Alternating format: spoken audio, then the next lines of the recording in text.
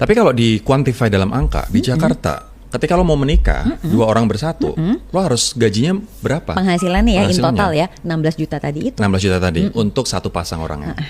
Jadi yang satu mungkin 8, yang satu 8, atau yang satu 10, yang satu 6. Itu sebenarnya udah quite enough untuk dia berkeluarga, karena kan setelah berkeluarga nextnya adalah punya anak. Iya. Gitu. Nah sekarang lanjut ke punya anak. Ketika lo baru menikah, ini banyak nih audiens gue yang pasangan muda dan memutuskan untuk punya anak. Penghasilan lo harus berapa, Mbak? Nah, ini kemarin ya ada peserta di seminar yang tiba-tiba nanya itu, gue kaget banget.